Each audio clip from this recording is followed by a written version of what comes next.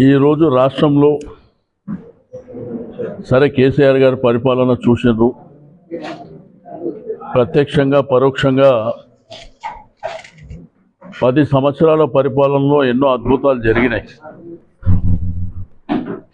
తెలంగాణ రాష్ట్రం సాధించుకోవడమే ఒక ప్రధానమైనటువంటి ఘట్టం. 1969 నుంచి అనేకమైనటువంటి పోరాటాలు చేసినప్పటికీ అది కేసీఆర్ గారి వల్లనే సాధ్యమైనటువంటిది. వచ్చినటువంటి రాష్ట్రాన్ని అద్భుతంగా అభివృద్ధి చేయాలి, సంక్షేమ కార్యక్రమాలు ఇవ్వాలి. ప్రధానంగా మనది గ్రామీణ ప్రాంతాల్లో రైతాంగాన్ని ఫస్ట్ ప్రియారిటీ కింద తీసుకోవాలనేటువంటి సంకల్పంతో మనకు అనేకమైనటువంటి అద్భుతమైనటువంటి ప్రాజెక్టులు కట్టుకోవడం, మిషన్ కాకతీయ ద్వారా పుడికతీత కార్యక్రమాన్ని ఫస్ట్ ప్రియారిటీ కింద తీసుకోవడం. ఒకప్పుడు నీళ్లు లేక, కరెంటు లేక, తాగడానికి నీళ్లు లేవు, సాగు చేయడానికి నీళ్లు లేనటువంటి రాష్ట్రం మనది. మన రైతాంగం పడ్డటువంటి అవస్థలు మనకు తెలిసి భారతదేశంలో మన రైతులకు ఉన్నటువంటి కష్టాలు ఎవరికి లేకుండే. వాళ్ళకి ఏంటంటే వ్యవసాయం చేయాలన్న ఇబ్బంది, వ్యవసాయం చేయాలంటే నీళ్లు కరెంటు ఉండాలి, ఆ రెండు కూడా లేనటువంటి పరిస్థితి. పండించినటువంటి పంటకు గిట్టుబాటు ధర లేక గ్రామాలలో దగ్గర కూర్చొని బతుకమ్మ పాటని, అంటే మా బతుకు ఎట్లా బతుకమ్మ పార్టీ స్టార్ట్ అయింది అక్కడ. బట్ కేసీఆర్ గారు పెట్టుబడి సాయం చేయడం, వాళ్ళకు సంపూర్ణమైనటువంటి సాగునీరు ఇవ్వడం, 24 గంటల కరెంటు.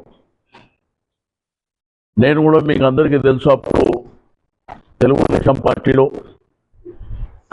గడిచిన 35 సంవత్సరాలు ఎమ్మెల్యేగా, మంత్రిగా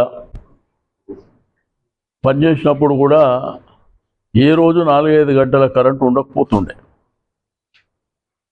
నీళ్ళైతే ఇబ్బందికరమైనటువంటి పరిస్థితి. తాగడానికి నీళ్లు కావాలంటే చెరువుల దగ్గరికి పోతే చెరువు ఎండిపాయే, బావుల దగ్గరికి పోతే బావి ఎండిపాయే, బిందెలు కుండలు తీసుకొని కిలోమీటర్ల దూరం మైళ్ళు పోతున్నటువంటి సందర్భాలు. ఇవన్నీ చెప్పుకుంటూ పోతే చరిత్ర.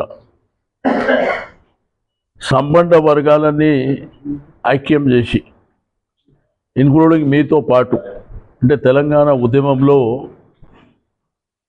అందరి పాత్ర, అంటే జర్నలిస్టులు కావచ్చు, ఉద్యోగస్తులు కావచ్చు, విద్యార్థులు కావచ్చు, మహిళలు కావచ్చు, అందరూ అన్ని వర్గాల ప్రజల పోరాట ఫలితం వచ్చినటువంటి రాష్ట్రాన్ని చాలా అద్భుతంగా తీర్చిదిద్ది.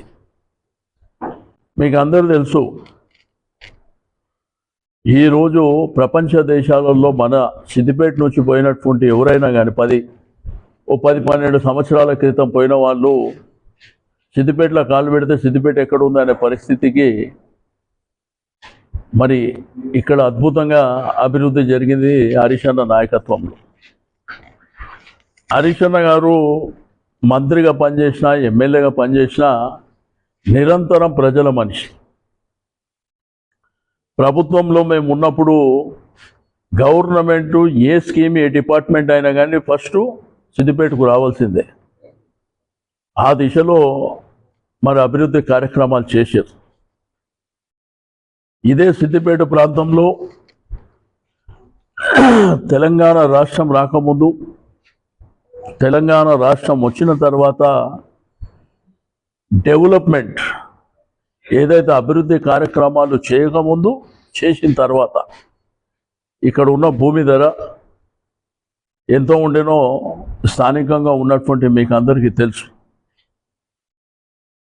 అయితే రియల్ ఎస్టేట్ అనేది, ఈ రియల్ ఎస్టేట్ రంగం అనేది పెద్ద వ్యవస్థ. ఒక సిద్దిపేట కాదు, రాష్ట్రం అంతా కూడా.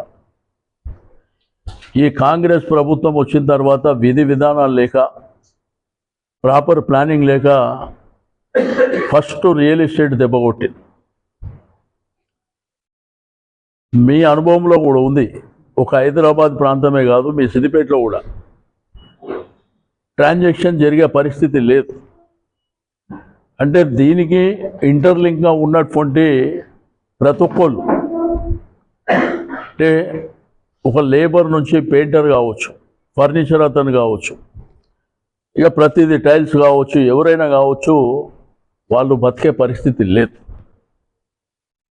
రెండోది,